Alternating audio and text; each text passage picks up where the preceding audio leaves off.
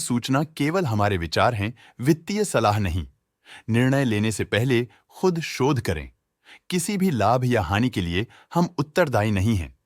आज हम देख रहे हैं धानुका एग्रीटेक लिमिटेड के 2025-26 Q1 की standalone financial performance. Starting with the sales, पिछले क्वार्टर से सेल्स में 19.5% का इंक्रीज हुआ है, मगर कंपनी ने पिछले साल के मुकाबले 7% का सेल्स इंक्रीज रिपोर्ट किया। Expenses 34% quarter on quarter increase हो गए हैं, जो साल भर के 5.5% के राइज के साथ अलाइन करता है। क्वार्टरली सेल्स के कंपैरिजन में एक्सपेंसेस इंक्रीज होना दिखाता है कंपनी ने एक्सपेंसेस मैनेज करने के लिए स्ट्रगल किया।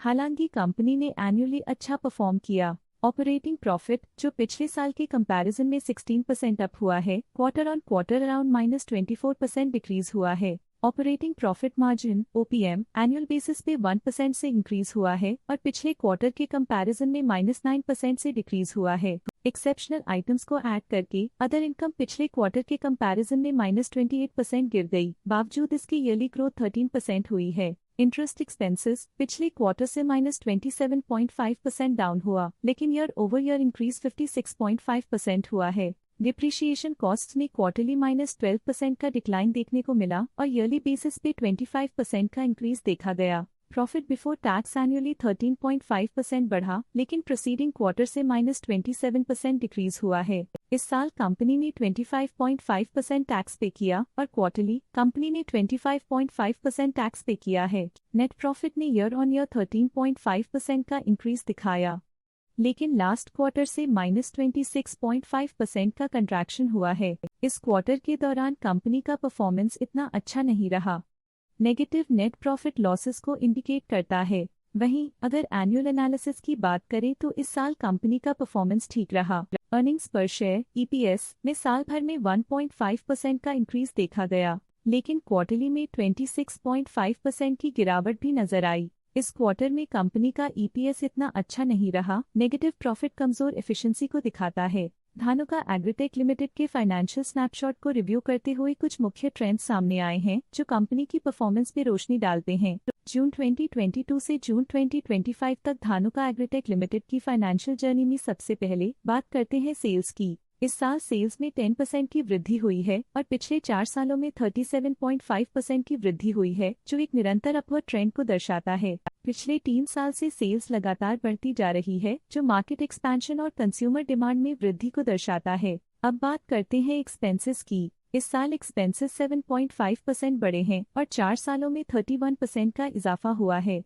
इस साल सेल्स और एक्सपेंसेस एक साथ बढ़ रहे हैं, जो बैलेंस्ड ऑपरेशनल अप्रोच को दर्शाता है। ऑपरेटिंग प्रॉफिट का सफर स्टेडली ऊपर चढ़ रहा है। इस साल 19.5% की बढ़ोतरी के साथ और पिछले 4 सालों में 67.5% का नोटिसेबल राइज हुआ है। पिछले 3 साल से ऑपरेटिंग प्रॉफिट लगातार बढ़ रहा है, जो कॉस्ट मैनेजमेंट और ऑपरेशनल कुशलता को दर्शाता है। नेट प्रॉफिट का सफर ऊपर की ओर चल पड़ा है। इस साल 19% की चढ़ाई के साथ पिछले 4 सालों में 45% की शानदार वृद्धि हुई है। पिछले 3 साल से नेट प्रॉफिट लगातार बढ़ रहा है, जो फाइनेंशियल हेल्थ को मजबूती देते हुए इन्वेस्टर्स का ध्यान आकर्षित करता है। इस साल EPS में -10% की कमी के बावजूद लंबी अवधि में देखा जाए तो 12% की मजबूत वृद्धि हुई है। इस साल EPS में कमी आने के बावजूद पिछले सालों की ग्रोथ कंपनी की मजबूत ओवरऑल परफॉर्मेंस को अंडरलाइन करती है। चलिए अब बात करते हैं शेयर होल्डिंग पैटर्न की। धानुका एग्रीटेक की शेयर होल्डिंग रिपोर्ट्स कुछ इस प्रकार की हैं, जो अननोन 2025 के तक चलता है।